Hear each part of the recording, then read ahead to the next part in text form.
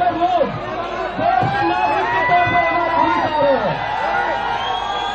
हमारे बीच मौजूद है आम आदमी पार्टी के कन्वीनर और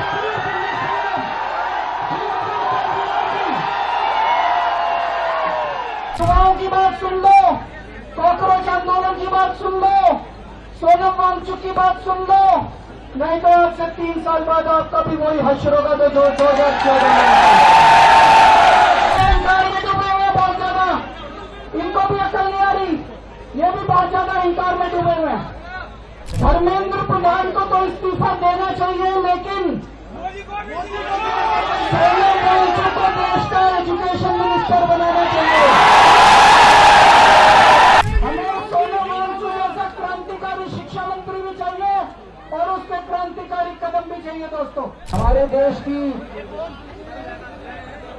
शिक्षा प्रणाली को, एग्जामिनेशन सिस्टम को दुरुस्त करने के लिए पूरे देश के युवा ये जो कॉकरोच आंदोलन के बैनर तले इकट्ठे हुए हैं, इन सब लोगों को मैं सलाम करता हूं।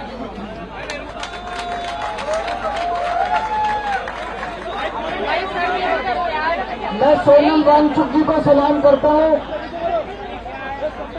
आवाज नहीं आ रही पीछे, बता रहा।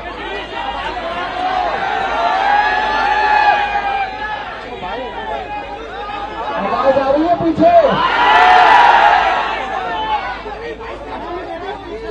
मैं सोनम वांगचुक जी को सलाम करता हूं,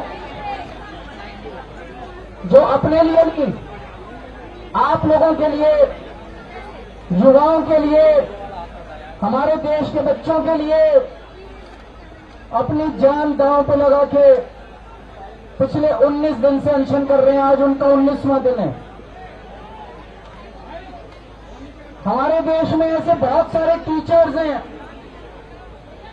जब पेपर लीक हुए, पेपरों में धांधली हुई, उन लोगों ने अपने शहर से आवाज उठाई,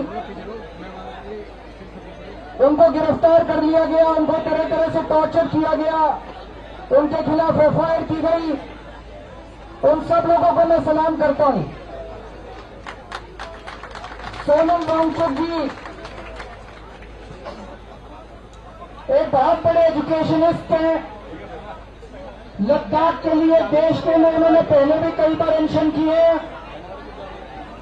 जिस तरह से उन्होंने देश के लिए आज अपनी जान दांव पे लगाई हुई है, उन्हें मैं सलाम करता हूं।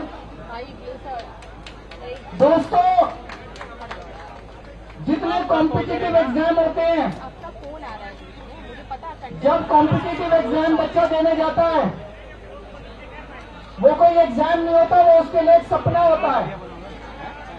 वो एग्जामिनेशन हॉल में घुसता है, उसे एक विश्वास होता है कि मैं अपनी मेहनत और अपने इंटेलिजेंस के बल पे अपना भविष्य बनाऊंगा। मैंने भी आईआईटी के पेपर दिए थे। आईआईटी के पेपर में सक्सेसफुल होकर मैं आईआईटी गया था, लेकिन उन दिनों में पेपर लीक नहीं होते थे। हर साल पेपर लीक हो रहे हैं। 2024 में जो पेपर लीक हुआ था, उसका जो मास्टरमाइंड था, उसको बेल दिला दी।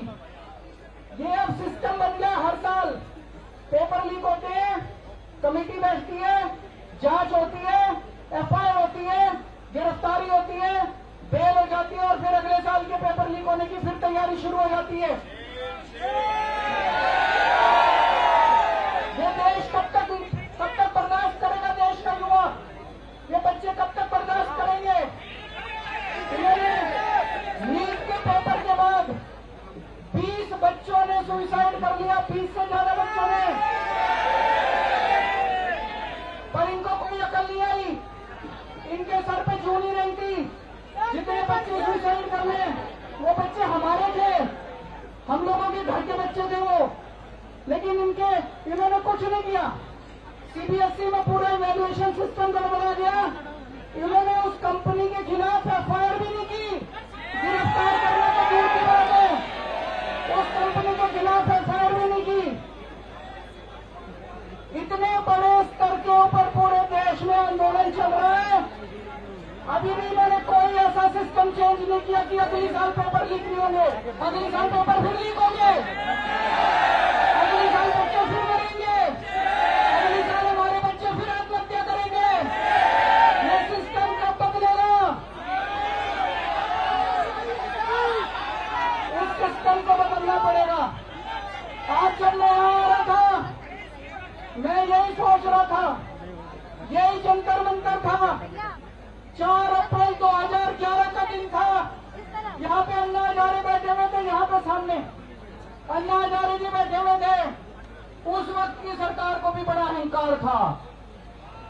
3 साल के बाद वो सरकार नहीं बची, अपने अहंकार की वजह से डूब गई।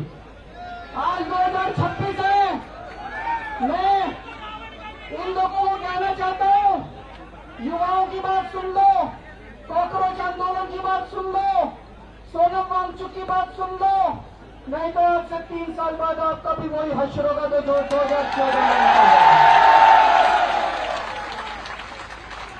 ये भी अभी अहंकार में डूबे हुए हैं बहुत ज्यादा, इनको भी अकल नहीं आ रही, ये भी बहुत ज्यादा अहंकार में डूबे हुए हैं। अंत में एक प्रपोजल देना चाहता हूं, आप लोगों से सहमति चाहता हूं। मैं धर्मेंद्र प्रधान को तो इस्तीफा देना चाहिए, लेकिन सोनम वांगचुक को देश का एजुकेशन मिनिस्टर बनाना चाहिए।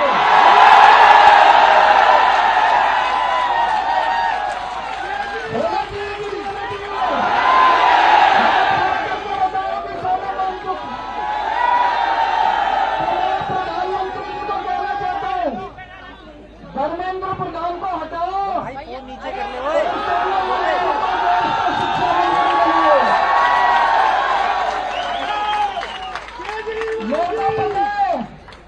प्रधानमंत्री जी सुनने वाले नहीं है, प्रधानमंत्री जी करेंगे नहीं है। क्यों नहीं करेंगे? उनको डर लगता है वो सोनम वांगचुक कोई क्रांतिकारी चीज ना कर दे। पर दोस्तों, मैं आपसे पूछना चाहता हूं, आज जितनी शिक्षा व्यवस्था सड़ गई है, जितनी खराब हो गई है, उसमें हमें क्रांतिकारी कदम ही चाहिए। बिना क्रांति के शिक्षा व्यवस्था ठीक नहीं होने वाली।